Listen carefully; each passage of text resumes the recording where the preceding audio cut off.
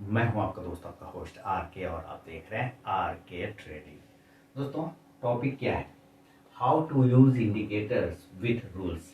एकदम intraday trading के लिए, इंट्राडे ट्रेडिंग का समझिए कि पीछे का सीक्रेट आप समझ सकते हैं। सीक्रेट ऐसा कुछ नहीं, लेकिन रूल्स बहुत इंपॉर्टेंट है जो इंडिकेटर के साथ अप्लाई करने का बात कर रहा हूँ। किसके साथ अप्लाई करने का? इस रूल्स को हाईलाइट कर रहा हूँ। किसके साथ अप्लाई करना है? इंडिकेटर। कोई भी इंडिकेटर को आप ट्रेडिंग में यूज करते हैं तो इस बात को हमेशा ध्यान रखिए कि आपको जो है इंडिकेटर तभी प्रॉफिट बना के दे सकता है, इंडिकेटर तभी आपके लिए वर्क कर सकता है जब आप उसके रूल्स को फॉलो करें, है ना। किसके रूल्स को? इंडिकेटर के रूल्स को। अब आपके दिमाग में ये सवाल आ सकता है कि ठीक है, हम इंडिकेटर के रूल्स को यूज करेंगे, लेकिन वो रूल्स क्या है और किस इंडिकेटर के लिए कौन सा रूल्स होगा, किस इंडिकेटर के लिए कौन सा नियम होगा, ये हमको कैसे पता चलेगा? ऐसे आ सकता है, दिमाग में सवाल आ सकता है ना। तो आप लोग, हम लोग, बहुत सारे लोग इंडिकेटर यूज करते हैं। मैंने इधर 5 इंडिकेटर के बारे में बताया जो कि एक ट्रेडर के पास में होना चाहिए, जिसमें ईएमए था, एमएससीडी था, आरएसआई था, वीवेब था और सुपर ट्रेड। ठीक है, ये 5 इंडिकेटर मैंने आपको बताया कि किसी भी ट्रेडर को इसको पहले जानना चाहिए। ठीक है, अब मान लेते हैं कि जैसे मैं अपनी बात करता हूँ, मैं अपना एग्जांपल देता हूँ। मैंने आपको बहुत सारे वीडियो बना के दिए स्ट्रैटेजी जो इंडिकेटर बेस्ड है। सिक्सैक वाला दिया, ईएमए 50 वाला दिया, ईएमए 165 वाला दिया, ईएमए 325 890 वाला दिया, है ना। साथ ही आपको मैंने आरएसआई वाला दिया, मोमेंटम इंडिकेटर वाला दिया। वो तो सारे सुपर, आपको समझिए कि क्वालिटी के इंडिकेटर के बारे में मैंने स्ट्रैटेजी बना के दिया। तो जैसे जब मैं वो वीडियो बनाया था तो मैंने आपको उसके बारे में कुछ ये भी बताया था कि अगर आप यूज कर रहे हैं आरएसआई इंडिकेटर, है ना। मैं किस टॉपिक पे बात कर रहे हैं हम लोग कि इंडिकेटर को रूल्स के साथ अप्लाई करने से क्या बेनिफिट है। तो एक एग्जांपल ले रहे हैं, जैसे आरएसआई, रिलेटिव स्ट्रेंथ इंडेक्स। अब इसमें आप समझिए, यहाँ पर एक वर्ड आता है रिलेटिव। R4 क्या हो जाता है? रिलेटिव। ठीक है, तो ये मेरा रिलेटिव तो नहीं है, आपका भी रिलेटिव नहीं है, तो किसका रिलेटिव है? तो ये जो I4 है ना, इंडेक्स, इसका रिलेटिव। ठीक है, यानी किसका रिलेटिव है? इंडेक्स का। क्या चीज के लिए रिलेटिव है? तो ये स्ट्रेंथ का, एज फॉर स्ट्रेंथ। ठीक है, तो ये बता रहा है कि रिलेटिव स्ट्रेंथ इंडेक्स, यानी जो इंडेक्स है उसका स्ट्रेंथ से रिलेट करता है। तो जब ये रिलेट कर रहा होता है तो ये कुछ नियम अपने आप पर लागू करता है कि भाई हम ऐसे तो काम नहीं करेंगे, हमारे लिए एक नियम बनाओ, तभी तो हम तुम्हारे लिए काम करेंगे।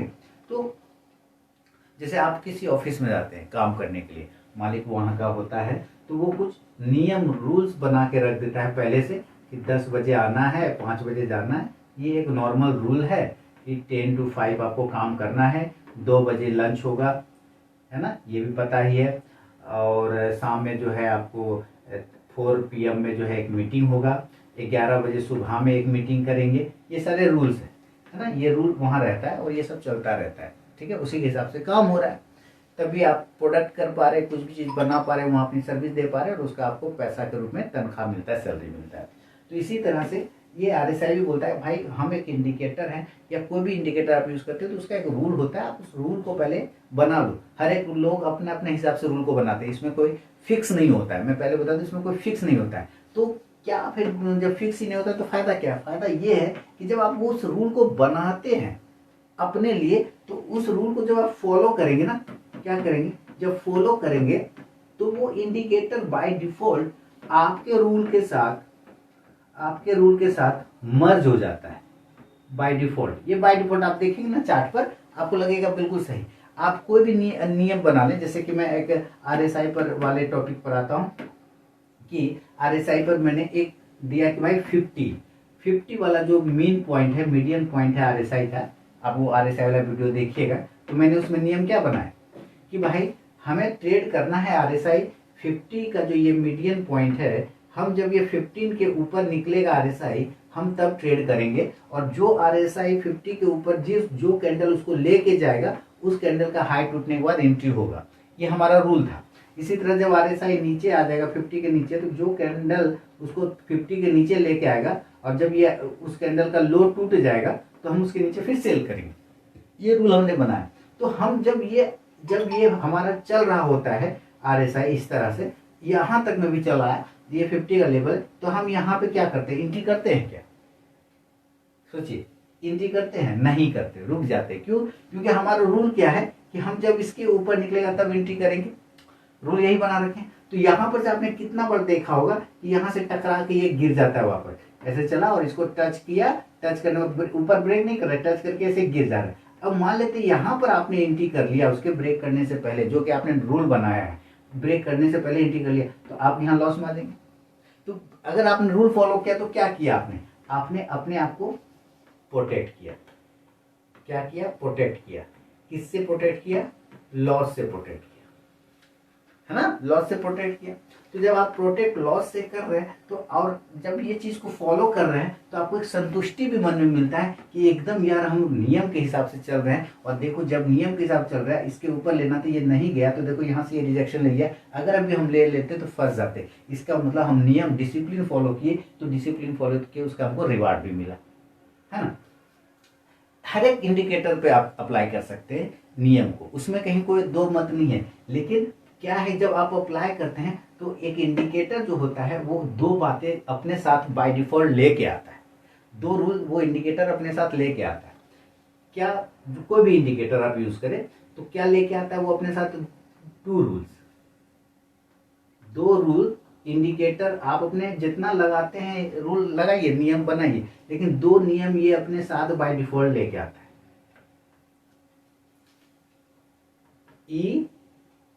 ई, अब ये ई और ई क्या है, इसको मिला के आप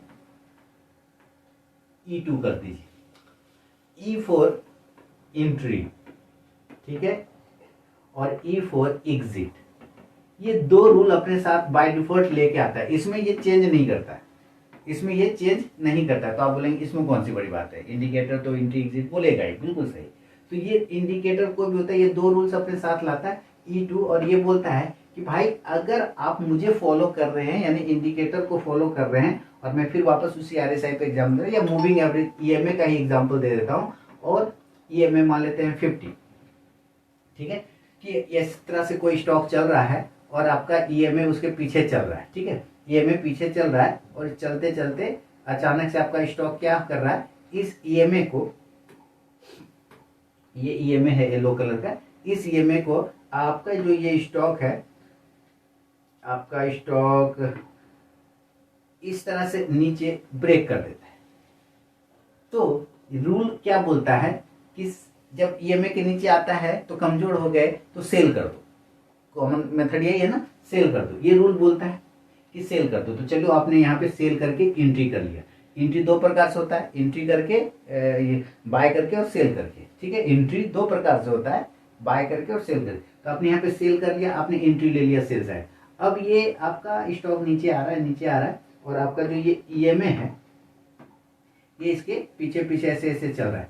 अब ये क्या कर रहा है कि अचानक से आपका स्टॉक इस तरह से ऊपर चला गया, इस EMA को तोड़ के ऊपर निकल गया। तो ये क्या बोलता है रूल कि अगर तुम मेरे कहने पे यहाँ पे सेल किए हो ना, अगर तुम मेरे कहने पे यहाँ एंट्री किए हो सेल करके, तो मैं अब तुमको बोल रहा हूँ कि ये रिवर्सल हो रहा है, तो मेरे कहने पे तुम एग्जिट भी करो। क्या बोल रहा है? अगर तुम मेरे कहने पे एंट्री कर रहे हो तो मेरे कहने पे तुम एग्जिट भी करो, ये यही बोल रहा है। तो ये जो दो रूल है ना, ये दो रूल कोई भी इंडिकेटर अपने साथ लेकर आता है, एंट्री और एग्जिट का। आप ह्यूमन हैं, तो हमारा ह्यूमन दिमाग क्या होता है कि हम एंट्री तो कर लेते हैं इंडिकेटर के हिसाब से, पर एग्जिट नहीं कर पाते। क्यों नहीं कर पाते? तब वो हमारा ह्यूमन सेंस दिमाग जो है, हमारा इमोशन वाला पार्ट वो जग जाता है। कहते हैं कि अरे यार अभी तो वो ठीक ही था, अब ये काट के नीचे आ गया, अच्छा रुकते हैं थोड़ा देर, वेट कर लेते हैं। जैसे आपने माने सेल कर लिया, तो यहाँ पे आप खुश हो गए, इंडिकेटर आपको सेल दिया, आप सेल हो गए, सेल कर लिए, और इस तरह से ये घुमा रही है, अचानक से ये ऊपर चला गया, तो आप यहाँ पे एग्जिट नहीं करते, क्यों? क्योंकि आपको लगता है अरे यार अभी तो ठीक ही था, देखते हैं अभी वापस ये नीचे आ जाएगा, ये पता चल रहा है थोड़ा सा नीचे आके फिर ऊपर चला गया, तो आपको यहाँ पे कम लॉस हो रहा था, इस पॉइंट पे ज्यादा लॉस हो गया। फिर आपके दिमाग में आएगा कि यहाँ पे निकल जाते तो अच्छा था, कम लॉस होता, अब यहाँ पे तो ज्यादा लॉस हो गया, कैसे निकले, थोड़ा रिकवर होने दो तब, फिर और लॉस हो जाता है। तो ये क्या बोलता है इंडिकेटर, भाई मैंने तुमको यहाँ पे सेल करवा के एंट्री दिलवाया ना, तो अब मैं ही तो बोल रहा हूँ कि यहाँ पे एग्जिट करो। ये रूल हमेशा वो बाय डिफॉल्ट अपने साथ लेके आता है, इसको बनाना नहीं पड़ता है, ये बाय डिफॉल्ट लेके आता है। बनता क्या है रूल, कि आपने डिसाइड कर लिया कि मैं इसके ऊपर जाने पर ही बाय करूंगा, इसके ऊपर जाने पर ही बाय करूंगा, उसके पहले बाय नहीं करूंगा, या इसके नीचे आने पर ही मैं सेल करूंगा, जब तक नहीं आएगा मैं सेल नहीं करूंगा। ये आप बना सकते हो, लेकिन एंट्री एग्जिट ये अपने साथ लेके आता है ये नियम पे कि अगर मेरे कहने पे तुम सेल कर रहे हो तो मेरे कहने पे तुम एग्जिट भी करो। ये इस चीज का बहुत मेन पार्ट है कि how to use indicator with rules. आपको ये अप्लाई करना पड़ेगा अपनी लाइफ में कि आप कोई भी इंडिकेटर यूज करें पर उसके नियम को, उसके रूल्स को हमेशा अप्लाई करने चाहिए। जैसे एग्जांपल हम लोग थोड़ा सा चार्ट पे आते हैं और कोई भी ये मान लेते हैं स्टॉक है, या टाटा मोटर्स से चलिए, टाटा मोटर्स का भी एग्जांपल सही है आपके लिए क्योंकि अभी हॉट स्टॉक्स रहा यही, ठीक है। अब ये टाटा मोटर्स का हमारा एक स्टॉक है, एक एग्जांपल देखिए, और यहाँ पर मैं मेरी 35 वाली EMA की स्ट्रेटेजी है बाय डिफॉल्ट, वो मैं इसको प्लॉट कर देता हूँ। रूल्स इज रूल है ना, एकदम नियम अभी आपके सामने में आएगा तो पता चलेगा। आजा भाई, ये आ गया टाटा मोटर्स। अब इसका टाइम फ्रेम मैंने चेंज कर लिया 5 मिनट का। अब टाइम फ्रेम चेंज किया तो अभी खुलेगा आपके सामने। चलिए, और यहाँ पे 35 वाली EMA जो है ना, यहाँ पे मैं प्लॉट कर दूंगा। अभी देखिएगा, अभी सब कुछ आपके सामने में आ जाएगा, कोई दिक्कत उसमें नहीं है, कोई टेंशन नहीं है, एकदम आप आराम से देखिएगा। बस इसको आने दीजिए, थोड़ा सा लग रहा है कि हाँ आ गया। अब यहाँ पर एक इंडिकेटर यहाँ पे मैं प्लॉट कर देता हूँ 35 वाली, ठीक है। ये प्लॉट हो गया, ये 35 वाली प्लॉट हो गई। आपने देखा होगा मेरा 1:4 रिस्क रिवार्ड वाला, यही वो 35 EMA है। अब आप यहाँ पर आगे सपोज यहाँ पे क्या है, आज ही का एग्जांपल लेते हैं। ये सारे लाइन हटा दिया, प्लेन कर लिया। अब ये कह रहा है कि ये जो EMA है ब्लू कलर की, इसके ऊपर जाने पर जब ये कैंडल, पहली कैंडल इसके ऊपर निकला है, क्लोज कर रहा है, तो जब इस कैंडल का हाई टूटेगा तो हम बाय करेंगे, ये रूल है, ठीक है। लेकिन इस कैंडल के ऊपर ये गया नहीं तो हमारा बाइंग नहीं हुआ, दिस इज रूल, ठीक है। अब कोई लोग यहाँ पे कर दे, अलग बात है, ठीक है। इस हिसाब से पूरे दिन कहीं बाय साइड गया ही नहीं अगेन।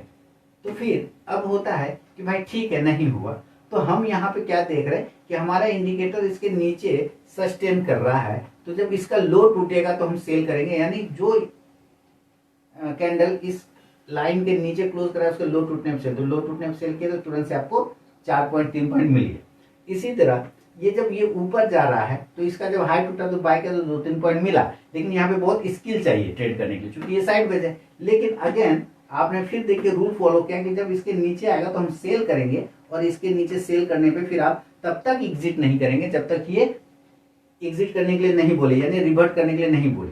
तो आप यहाँ पे देखिए, इसने आपको 700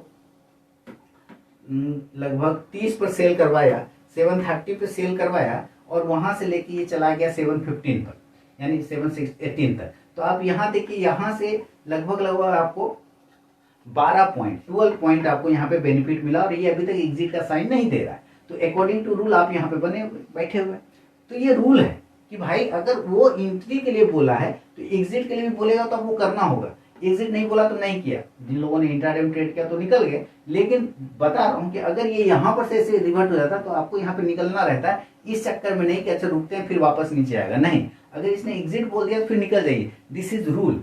फंसता लोग फिर रूल में कहाँ पे, क्योंकि वो लोग छोटे टाइम फ्रेम पे यूज कर लेते हैं, छोटा छोटा टाइम फ्रेम यूज करते हैं, 3 मिनट 5 मिनट। जब भी मैंने कहा इंडिकेटर का रूल्स होता है कि 15 मिनट के टाइम फ्रेम पे ज्यादातर वर्क करना चाहिए अगर आप कोई इंडिकेटर यूज करें। तो ये देखिए यहाँ पे मैंने शिफ्ट कर दिया इस चार्ट को 15 मिनट पे, पहले 5 मिनट पे था, 15 मिनट पे कर दिया।